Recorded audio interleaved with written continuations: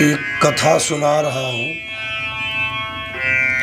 ब्रह्मा ने जो लिख दिया है वो किसी के टालने से कभी टल और कट नहीं सकता है। पूजा करके आप कर ही क्या सकते हो? अपने ग्रह से बरी हो सकते हो, दोष से मुक्त बन सकते हो, पाप से बरी हो सकते हो, लेकिन पूजा करने से कभी मृत्यु दंड जो है वो कभी कम नहीं हो सकती है। एक बार की बात है, भगवान ब्रह्मा के पुत्र देवर्षि बाबा नारद जी वीणा बजाते हुए ब्रह्मलोक भगवान ब्रह्मा जी के पास पहुंचे अपने पिताजी के। तो नारद ने कहा कि बताओ मेरे पिता ब्रह्मा जी, 33 करोड़ देवताओं में आप एक ऐसे देवता हो जो सबकी आप मृत्यु दंड लिखते हो। ब्रह्मा जी हंसने लगे कि बेटा नारद, सब देवताओं का काम है अलग अलग है, सब देवताओं का काम अलग अलग है नारद बेटा। तो नारद ने कहा कि ये बताओ मेरे पिताजी ब्रह्मा, आज इस दुनिया में किसकी मृत्यु दंड लिखी गई है? नारद ने कहा कि आज इस दुनिया में किसकी मृत्यु दंड लिखी गई है? तो ब्रह्मा ने हंस करके बोला, कहे नारद जी, आज इस दुनिया में जटायु की मैया की मृत्यु लिखी गई है। तो नारद के मन में छले आया। नारद ने कहा ठीक है, अगर जटायु की मैया की आज मौत होनी है तो हमें समय आप बताइए पिता ब्रह्मा। नारद ने कहा कि आप वह समय बताइए, कौन सी समय है और कौन सा स्थान है कि जहां की जटायु की मैया की मृत्यु होगी। ब्रह्मा पे तो अपने पुत्र पर विश्वास है, लेकिन विश्वास ही कभी घातक बन जाता है जीवन में। पुत्र मोह में ब्रह्मा जी बच गए।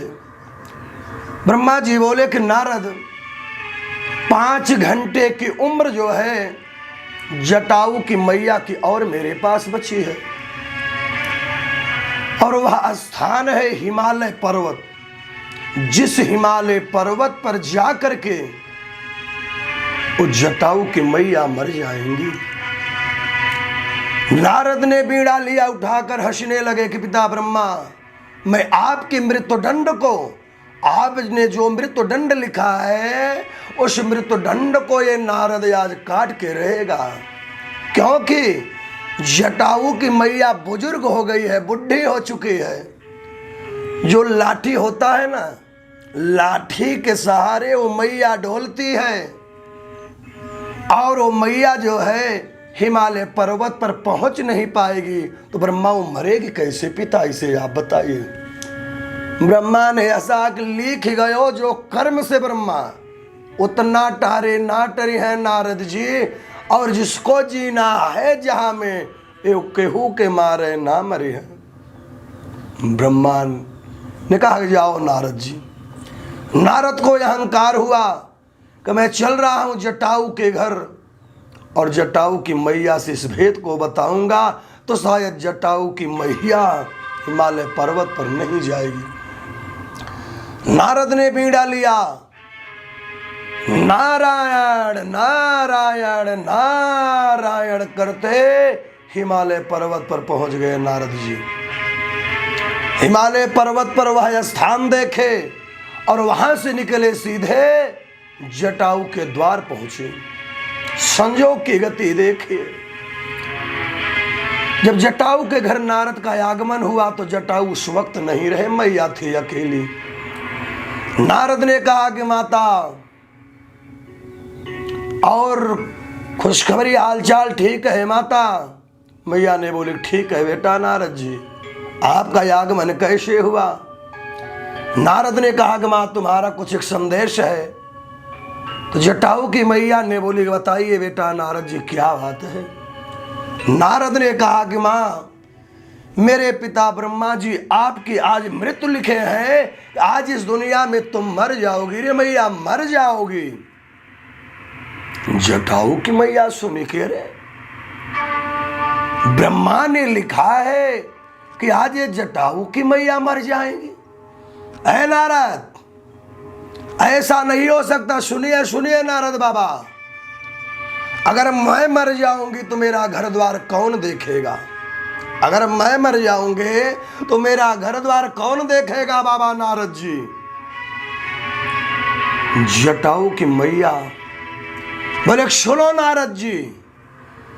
नारद ने इशारा किया कि मैया पहले हमारी पूरी बात सुनिए, आधी अधूरी बात मत सुनिए माता जी, पूरी बात सुनिए। अब जटाऊ की मैया क्रोध में लाठी लेकर के नारद जी को खेदना प्रारंभ कर रहे हैं, दौड़ा लेती हैं। अब नारद की आधी बात पूरी हुई और आधी बात तो बाकी रह गई। नारद ने इशारा किया कि मैया तुम खड़ी हो जाओ। जब नारद बाबा बतावे चले कि आप हिमालय पर्वत पर मत जाइए मैया, तो जटाऊ को मैया कान में अंगूरी डाले। जटाऊ की मैया कानन में अंगूरी डाले और नारद के बात उन्हें पसंद नहीं हो। अब नारद जी आगे आगे और जटाऊ की मैया पीछे से नारद मुनि को खेद रही है। नारद भागते चले जा रहे हैं, नारद निकलते चले जा रहे हैं। अब पीछे पीछे वो जटाऊ की मैया लाठी हाथ में लिए कि आज नारद को मैं पकड़ूंगी तो कई लाठियों का वार मैं करूंगी। अब नारद जी चलते चलते एक चौरमहानी एक सड़क पर पहुंचे। एक दाहिने का जो मार्ग था वो मार्ग सीधे हिमालय पर्वत की तरफ चला था। और नारद ने जब हिमालय पर्वत की राह को धरा तो उधर से पौत्र जटाऊ का आगमन हो गया। और जब पौत्र जटाऊ जी आए तो देखे मेरी मैया बुढ़े बुजुर्ग। जटाऊ ने पूछा करे मां बतावा जननी।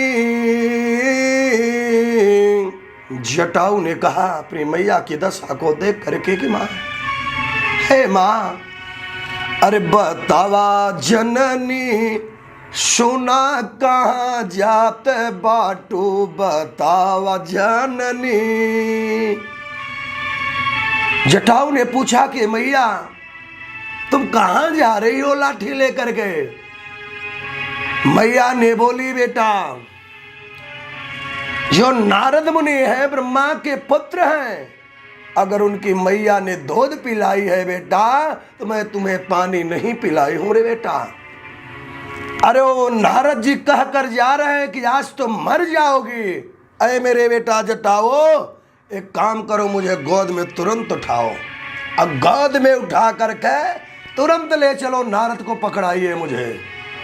अधन्य मैया जटायु के, अधन्य पुत्र जटायु अपनी मैया की बात का सुन करके रोंगटे खड़े हो गए। मां तो मेरी है लेकिन मारने वाले नारद जी कौन है? मां तो मेरी है लेकिन मारने वाले वो नारद जी कौन है? मां को गोद में लिए जटायु और चल दिए। भागते भागते नारद बाबा आप पहुंचे हिमालय पर्वत पर। छिप के बैठ गए नारद जी, लुक के बैठ गए। और जब नारद जी छिप करके बैठे, 1 घंटे की मृत्युदंड भी बाकी है। अभी 1 घंटा का वक्त बाकी है ब्रह्मा जी के पास। जटाऊ जी खोज रहे हैं कि नारद कहाँ छिपा है, नारद कहाँ छिपा है। अब ढूंढते ढूंढते जब मृत्युदंड समय आ गई तो जटाऊ की नजर जब नारद पर पड़ी तो जटाऊ ने कहा करे मैया, ओ मेरी मैया, उधर नारद बैठा है। मैया ने बोले चलो बेटा तुरंत उसे पकड़ाओ, मैं लाठियों से मारती हूँ। और जब मैया ने लाठी तानी मारने के लिए तो संजोग की गति ब्रह्मा का लेख देखो, लाठी हाथ में प्राण मैया का निकल गया। और जटाऊ ने कहा कि नारद जी अगर आपने मेरे मैया को कहा नहीं होता तो आज मेरी मैया की मृत्यु कैसे होती, इस नाते आपके वजह से, आपके कर्म वाणी से मेरी मैया की मृत्यु हो गई। ब्रह्मा के पुत्र नारद बड़े चिंतित हो गए कि आज मुझे बहुत बड़ा अबजस लग गया, मुझे कलंक लग गया। अब नारद जी वहां से उठे, सीधे ब्रह्मलोक में आए, बाप ब्रह्मा के चरणों में शीश को रख दिए कि मैं तो दुनिया में बहुत बड़ा कलंकित तो हो गया पिताजी।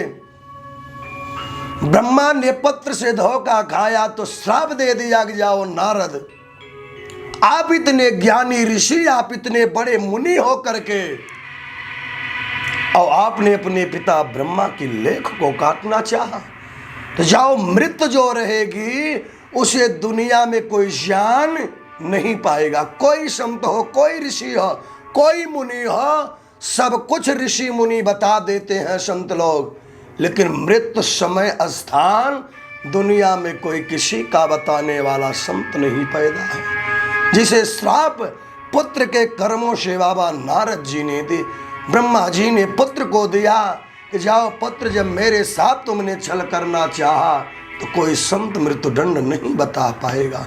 तो आप कथे सुन के जानिए, ऐसी बाबा देवर्षि नारद मुनि जी रहे।